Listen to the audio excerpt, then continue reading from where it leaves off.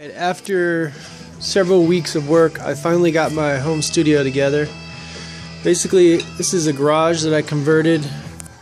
I think it's about 25 by 30 feet, somewhere around there.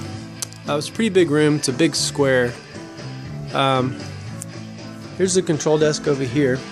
The most recent project I've done is soundproofing, and I'll walk through the soundproofing in a minute. But here's a control desk. Playing mix I'm currently working on. I'm running Reaper, and then over here I'm running, the mixer's not really used for anything. It's only used for live practice. What I'm really running is the Focusrite Scarlett 18i20 and the Focusrite octopre MK2 dynamic. This gives me 16 analog input channels that are all preamped. The MK2 dynamic is great for drums, so I pretty much use all 8 channels for drums on that, and I use the Scarlett inputs for everything else. Down here I have a passive patch bay. All this does is it allows me to access the inputs on both of these devices from the front panel, which is super useful. It doesn't require power or anything. Once you hook it up on the back end, it's great. You don't have to, you ever have to go back there. I'm using an Axiom controller. I got assorted amps. I'm a bass player, so I have a lot of bass amps. And the guitar wall, some miscellaneous guitars, mostly basses.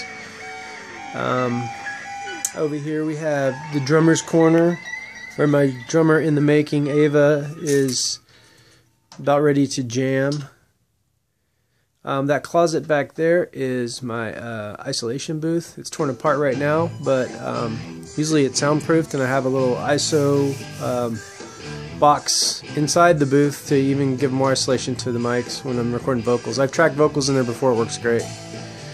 We usually track guitar right there, or in the closet. So, soundproofing.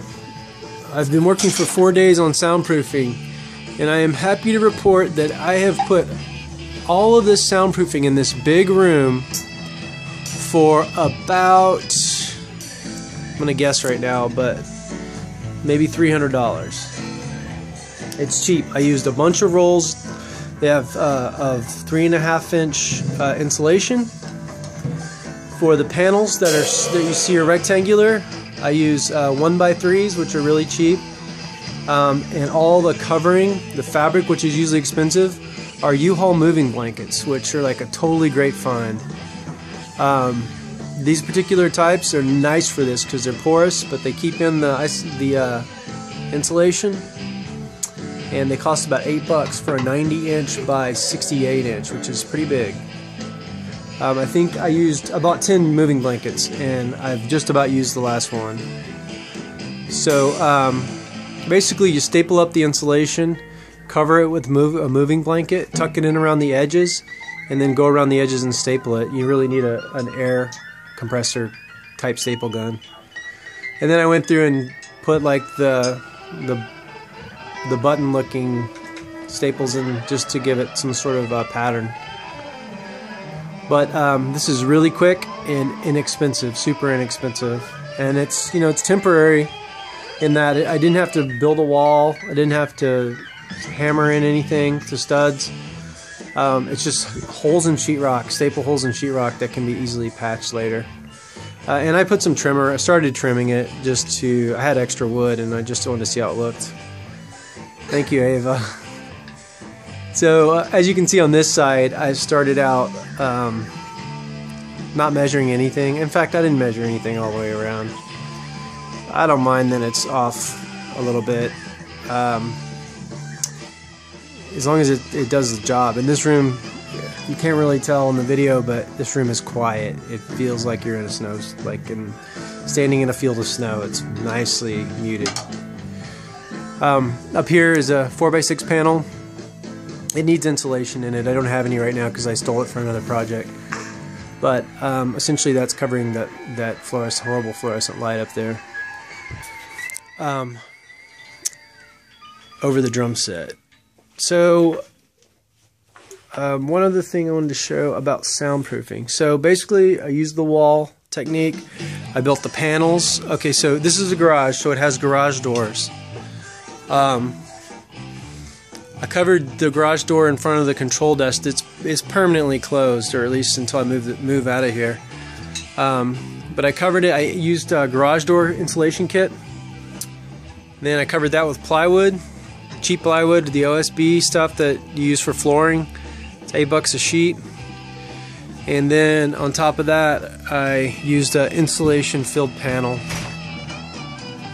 Here, I needed a garage door that could still open. So I did the same thing for the door with the insulation kit.